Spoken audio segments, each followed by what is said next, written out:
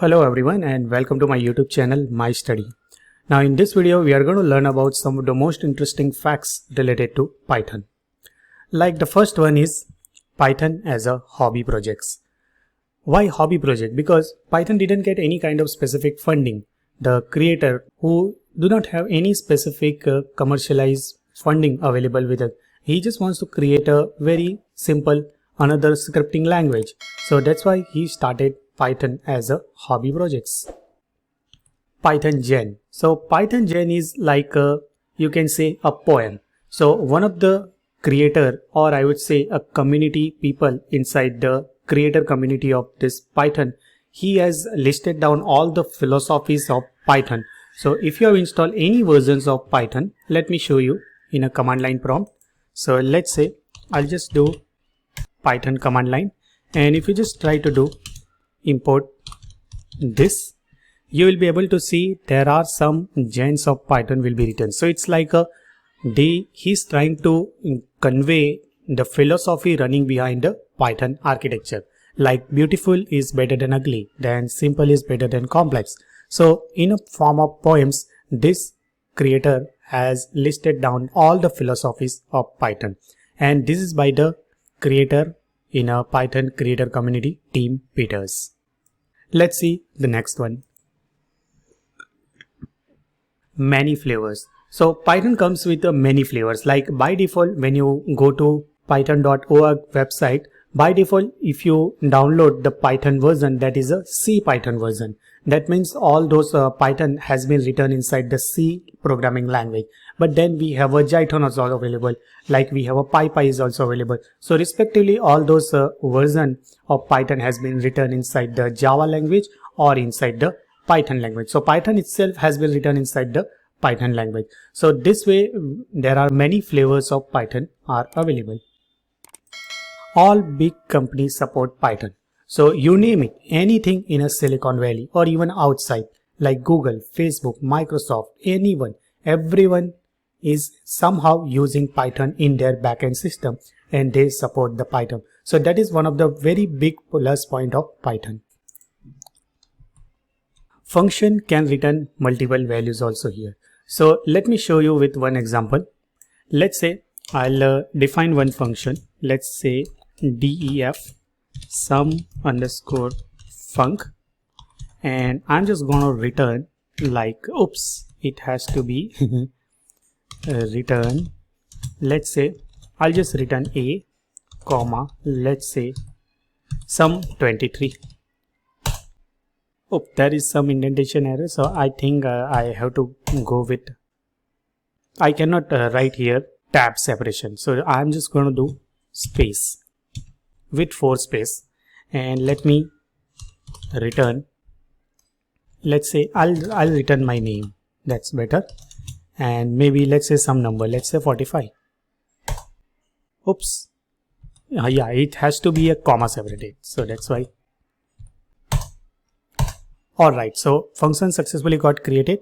Now if I just try to call this function sum underscore func, you can see it has written a 2 value.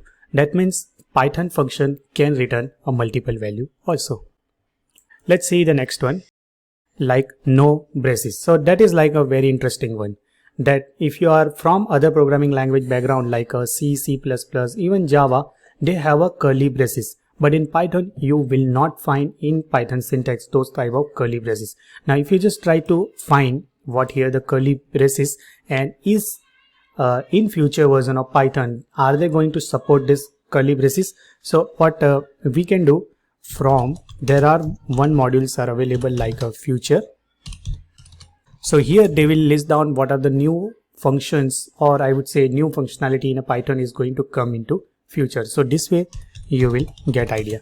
So from future, let's just import braces. Yeah, so there is some typo, but they have given like a syntax error, not a chance. That means in future version also they are not going to support this kind of thing. Alright, let's see the next one, like multiple assignment. So in case of Python, you can do the multiple assignment. Let's say I just want to assign a is equal to 3. Let's say b is equal to 6.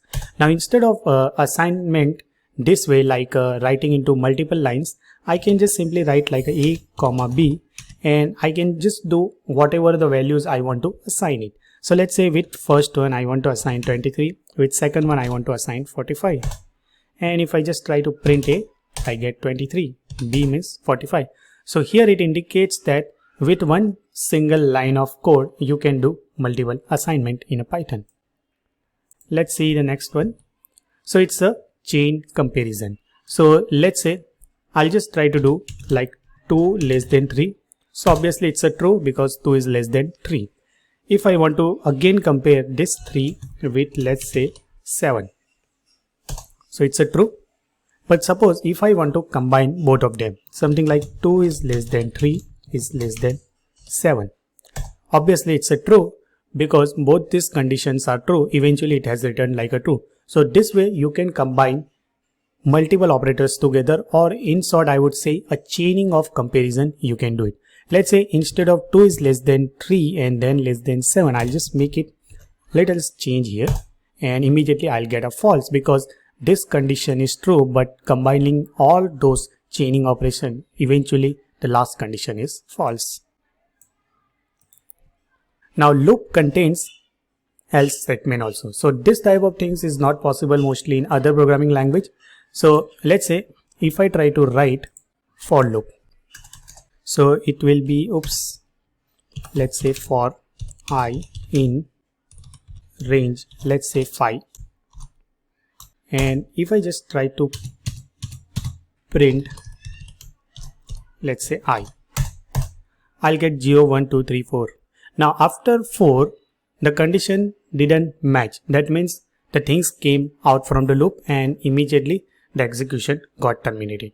But suppose after termination, if I just want to do some extra operation in some sort of if else kind of part, in that case you can use this else, not just with a if and else in case of Python, but you can use this else with a looping mechanism also. So that way let me write it like for I in a range of 5. Let me put here print also, and then I am going to write like a else. Now else means whenever condition do not get satisfied, the control will enter inside the else statement. And here I am going to write here, let's say print, let's say inside the else. Alright, and you can see the moment condition didn't get matched, we just entered into else loop, and inside the else loop it was written like a inside the else, and things got executed.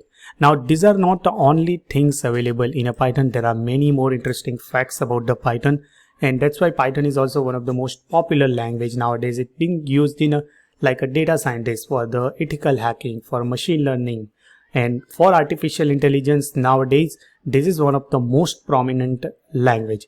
So there are many more things which are quite interesting related to Python, but these are the some of the things I just want to highlight in front of you, that these are the things which is little different compared to other programming language, especially in a Python. So that's why I just highlighted this part, like Python as a hobby project. What are the giants of Python? Python comes in bundles of many flavors, so you can run Python which is already written in either C language, or it will be in a Java language, or Python itself has been written in another Python language. All big companies supports Python. Python can even return multiple values also. I mean function can return multiple values. There is no braces in a Python. That's the most interesting thing, and I guess that is the first ever programming language which come up as a part of that syntax, no braces. Without braces everything works. We have multiple assignment, chaining of comparison, and loop itself contain else keyword also. Alright, so that is some of the interesting facts about the Python. I hope you enjoy listening to this video, and see you into the next video with some more cool stuff related to Python. So till that time, please like this video, leave a comment and subscribe my channel.